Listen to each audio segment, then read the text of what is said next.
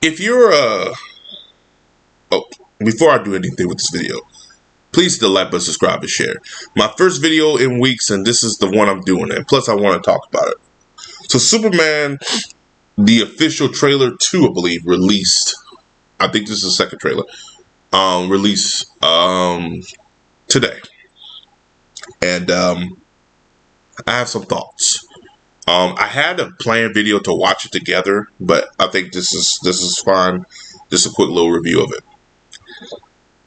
What I got from this film is, I don't think this film is going to be box office number good. I think the film is going to be average and mid at best, as a decent film, but I do not think it's going to get the numbers that Warner Brothers want. And I fear that the DC studios, or DC, whatever you want to call it, universe you want to call it, this will be its last film with David Cornsweet. I do believe the Supergirl film and all that will still be in production, but I do feel that that will be it for this universe. And I will give you why. Watching this film proved the people who said this should have been a Superman film, this was right. I'm in that camp. Watching this film where people say it was too many characters, they were right. I'm one of those people. But also watching this film shows that James Gunn cannot do a film without a ensemble cast. That's why I said James Gunn getting on board, that's fine, he could direct Justice League. I didn't have him beg to do a Superman film, especially a Superman film to introduce a new Superman and start a universe. You're asking a man to do too many things that's out of his capability. He cannot do all that. He can do a team-up film that's already been established. You're about to say, well, he did that with Guardians.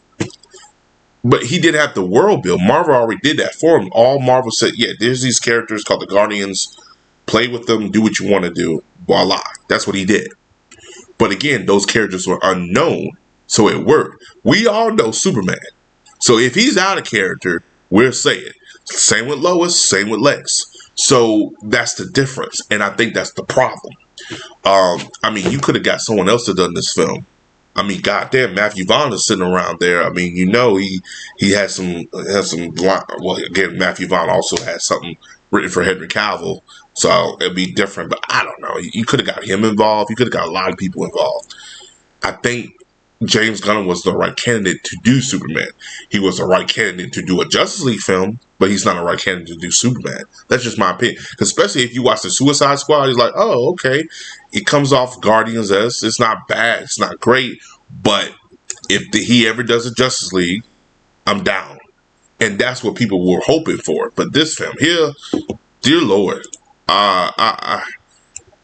this trailer, I see a lot of, Gunnums that I'm not going to like. You use the word, I said Gunnums.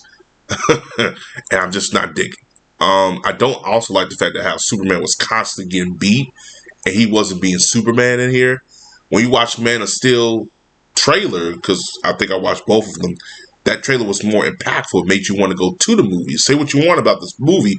That trailer made you go see it. I don't know, man. But let's talk about the elephant in the room. And the elephant in the room is the box office. Because critically, I think this film is going to be fine. It's not going to get no 93. We'll see. Rotten Tomatoes like to glaze things. So we'll see. But let's talk about box office wise. The fan base right now is split into four. You have the Snyder fans, the DC fans, the Gunn fans, and the Matt Reeves fans. Let's talk on the Matt Reeves, because I want to get that out the way. I will address Matt Reeves and the Batman debacle later. I have a video planned for that, because I don't want to do this video, it'll be too long. They're pissed off. So you got the Batman fans pissed off because they keep pushing that film back. People say, oh, boy, Matt Reeves is sick. Oh, he wasn't sick months ago, or he wasn't going through nothing months ago before you pushed it back. So there's a lot of stuff going on with that. And like I said, I'll address more about that in another video. But again, it's like you got them pissed off because they want the Batman. And again, it makes sense. The Penguin comes out, does well critically. They're like, oh, we want more of the Batman. We don't get it for another, God knows how many years. Patterson's getting old. Matt Reeves may not want to come back because Gunn done was play ball. From what we heard, Clayface was supposed to be the new Batman. Gunn was like, I'm making a movie with him. Now we're hearing rumors that Clayface been put on hold because somebody's smart enough to know why the fuck are we doing a Clayface film without fucking Batman? It is what it is on that.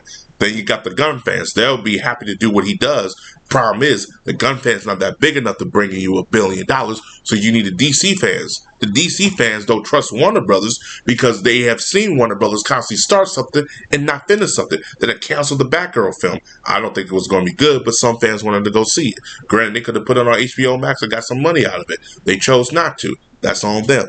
But the fact is, they don't trust Warner Brothers. And they bring in Henry Cavill, they're like, okay, fine. As long as Henry Cavill's Superman and we get him to do something, get a new director, a new vision, then we could get the Superman that we wanted. No, we'll reboot the universe and say, F you. And they were like, we're done. We're just done. People had hope for him to come back because of they never rebooted the universe, or they never said they were going to reboot the universe. Now, when they said it, they moved on. Then you have the Snyder fans. They ain't happy with nothing Gunn's doing until they get the Snyderverse back. That's them. I don't agree with a lot of stuff they say, but you know what? They have a right to their opinion and their right how they feel because they've been shafted for years. Because at one point in the DCEU, they were going to do that Flashpoint movie film, that Flash film, reboot the whole universe, and just get rid of Henry Cavill and Ben Affleck, replace them with the Batgirl and that Supergirl we saw in that film. That was the original plan until somebody smart enough that told them, you do that, we ain't going to have no money or fan base. That was Walter Hanaba and Aaron Snardoff. But you see my point here, there's 4 fan base, and out of the 4, 1 is going to see this film. And out of the other 3, they're like, we don't trust this person. We don't want to go over there. We hate this person. We hate what you did to our universe. And then we hate that you push a movie back. But Gunn don't do any favors by trying to unite the fan base. You remember how Zack Snyder said, unite the 7? This motherfucker's trying to ununite people, and he's not trying to make any money. That's the dilemma we having right now. Then let's get to the box office in July. And the marketing has been trashed too. That doesn't help the film. But let's get into the box office, and let's get into July. You have 2 films coming out in July. One ahead of it, one behind it. Let's get the one behind it because let's be realistic. Fantastic Four is either going to make money or it's going to be a dud. I think it's going to be a dud, but we'll see. Well, they might market Robert Downey as Dr. Doom, so that might be a different conversation. Fantastic Four. We all know Marvel films do well at the box office. Have they done well lately? Not so much, but this is the first family. It might do some numbers. Do I think it's 2-3 million? No. 150 million. So you got to remember, Superman may got a week of grace, and then after that, they'll lose the box office for the second week when the Fantastic Four come out. That might happen. Then they might have a 25. If you notice, they've been having 50 to 60% drop. And if that happens, that box office number ain't going to look good by the end of the result. The big one is really the one that's going to take a bite out of both of them is Jurassic World. Y'all keep sleeping on that film. Every time a dinosaur film of that caliber comes out from Universal, they make numbers. They make money. They make billions to 908. They make the money. All right. They're like, yeah, we don't care about Fantastic Four. I mean, not Fantastic Four, the Fast and Furious franchise. We got our dinosaurs. Every time a Jurassic World film comes out, it makes numbers. That's what they need to worry about. Because if that has staying power, because they do well over there in China. Oh, they do numbers in China. So you got to think about that too. It's a lot of factors being involved here. And I think Superman has a China release date, but you really think they're going to overtake the dinosaurs? Come on, man. They're not going to do that. And plus, the superhero genre has not done well over there. Either they're tired of it or the Chinese, the government, I don't know what's going on over there. They may not just want the films over there. They might be marking them down or not promoting them as well as they used to. I don't know. But there's a lot against this film to make money. There's not a lot against this film to be critically successful, other than Warner Brothers reshooting every goddamn thing. Let's hope not. But what's going to be against it is more so the fact of the box office, how things are playing out, the marketing, and the fan base. These are the three factors right now. And I really do feel that they will all play a factor of this box office Superman or James Gunn Superman demise in the box office. The marketing, definitely. The being released in the middle of two big blockbusters where if let me ask you something, and I want y'all to comment below if y'all made this far in the video. I thank you. I want you to ask you something.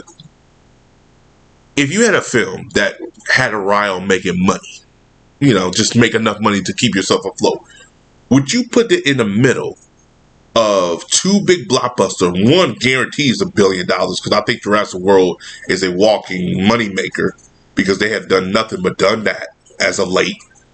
And then you have another one. Marvel has proven that they can bring in money regardless how bad the film is. Well, not as lately, but they have proved they have a better track record than DC right now. Would you put that in the middle of July, in middle between them, or move it up in June, or move it somewhere else so you could get the number you need? I would move it because you put James Gunn in a situation where he's not going to win. Stevie Wonder could tell you you're going to lose, and when they lose, they're going to really look around like, what happened? No, I can tell you what happened: incompetence, ignorance, stupidity. You got suit and ties, don't know how to do anything. How is the fact that myself, other people talk about this online, can tell you that you're not going to make any money? Not critically, it's financially you're not going to make any money because of the fact of the marketing and the fact of the placement. I talked about that for almost 4 to 5 months. There's other people that talked about it for almost 6 months to 7 months. And we have all said the same thing. Move it, do the marketing better, you might get some money. They chose not to move it, and the marketing has been crap. This has been, if this film makes any money, Warner Brothers robbed the bank, and that's how they made the money. There ain't no way in hell I think this film's going to make $1 billion. And I keep telling people, this film might be good, but it won't make the money it needs to survive, to keep the studio afloat, I can tell you that. Because they need multiple $1 billion hits. But to keep the universe going, it's iffy. It depends what that number is. If it's 8, the universe might be okay. But those projects that he did announce, or projects that he was going to do, just be assured you're going to get low budget films. Because if it's $1 billion, then you might get some big budget films. But if it's 8, you're not going to get low budget. You're going to get nothing with low budget. And if it's 7, the universe is dead. Don't even worry about looking for a part 2 and all that. It's gone. So, all right, guys, that's a long video. I don't want to talk too much, but that's my little thoughts on it. If you like the trailer, comment below and let me know what you thought of the trailer. As always, peace. Have a Johnson day, and I'll talk to you guys later.